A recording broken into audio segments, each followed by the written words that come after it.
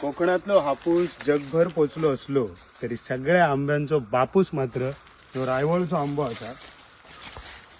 हा रायवळ आंब्याची एक वेगळी गोष्ट आहे. रायवळ आंबो ह्यो कोकणाचो खरो देवाचो आंबो आम्ही जेका म्हणतो. या रायवळ आंब्याचं झाड तुम्ही बघा, अगदी आकाशाला भिडलेलं हा भला मोठा वृक्ष आहे. साधारण 200, 300, 400, 500 वर्ष जगणारी ही झाडं असतात.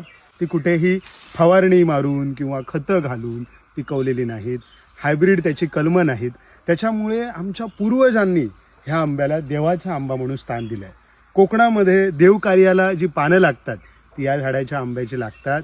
ह्यो आंबो तुम्ही असं कापून खाऊ शकणार नाही, पण जी रायता नावाची जी भन्नाट रेसिपी कोकणात उन्हाळ्यात बनता ती फक्त ह्याच आंब्याची बनवू शकता. कारण हेका ती आंबट गोड चव असा आणि चोखून खाण्याची मजा फक्त ह्या आंब्यात आहे. म्हणजे ह्या आंब्यात की नाही मस्तपैकी गोड आंबे उकडले जातात, त्याच्यात थोडंसं गूळ, खोबरा, मिरी आणि कोकणातले स्पायसेस टाकून बनता ते म्हणजे ह्या आंब्याचा रायता. आणि ह्या भर उन्हाळ्यात ज्यावेळेस आपण हे रसभरीत रायता जेव्हा आपण त्या आंबो बुडवून बुडून बुडून बुडून चुकून चुकून खातो, तुमका सांगते की नाही पंच ज्ञानेंद्रियांना सुखावणारा आणि आपल्या मनात तृप्त करणारा ह्याच्यापेक्षा दुसरा खायचाच माका वाटतं ह्या जगाच्या पाठीवरती असा पदार्थ नाही, तो म्हणजे कोकणातल्या रायवळ आंब्याचा रायता.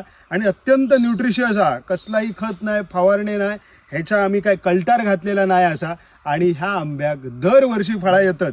आम्ही आता म्हणतो आम्ही आंब्याच्या क्रायसिसमध्ये गेलो, आंबे लागणत नाही असत, कारण आम्ही ह्या निसर्गाची वाट लावून फक्त कलमालाच सुटलेलो असो. पण जंगलातला आंबा बघा, ह्याका पॉलिनेशन कोण करता, ह्याचा परागीभवन कोण करता माहिती आहे?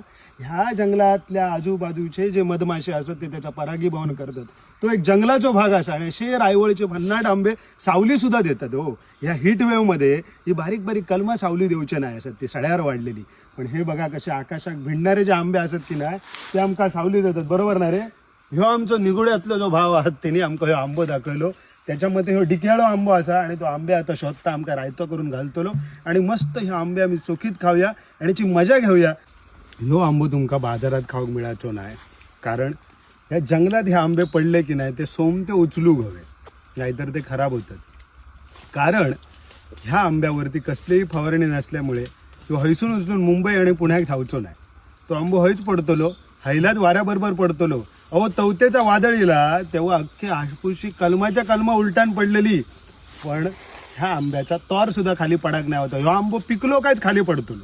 कसलोही मोठं वादळ येऊन गुंडो धरून मारलात तरी तो आंबो पडाचो नाही. ही त्याच्यातली स्ट्रेंथ हा, ही जी काटकपणा कोकणी माणसं जो म्हणतात ना तो त्याच्यामध्ये असा. त्याच्यामुळे ह्या वातावरणीय बदलांमध्ये, क्लायमेट चेंजमध्ये की नाही जर तुमका टिकायचं असाल तर अशा रायवळ आंब्यासारख्या या माती घट्ट धरून झपडून राहायचा लागता आणि आकाशात भिडायचा लागता. तर त्याची ताकद ह्या आंब्याची असा. त्यामुळे लहान पोरांका बिरांका हे आंबे खाऊक द्या.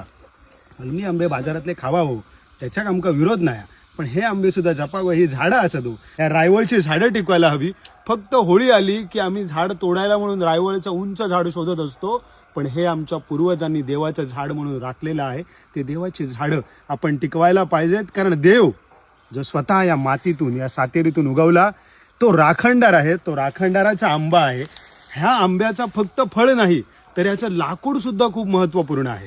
म्हणजे आमच्या कोकणात की नाही रापणीचे जे होडी बांधतात त्याचा जो खालचो सौदो असता, होडीचा जो बेस असतो तो ह्या रायवळच्या लाकडापासून बनलेला असतो. आमची पूर्वी पाशिटा ठेवायची घरात लाकडी ती आंब्याची असायची, कारण आंब्याचा जो केत आहे त्याला 200-300 वर्ष मातीत सुद्धा काही होत नाही. लोखंडापेक्षा या आंब्याचा खोड अत्यंत मजबूत आहे.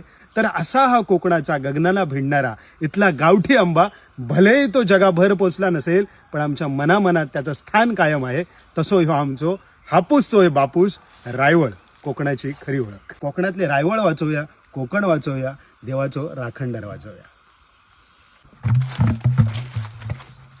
इतके बघावले.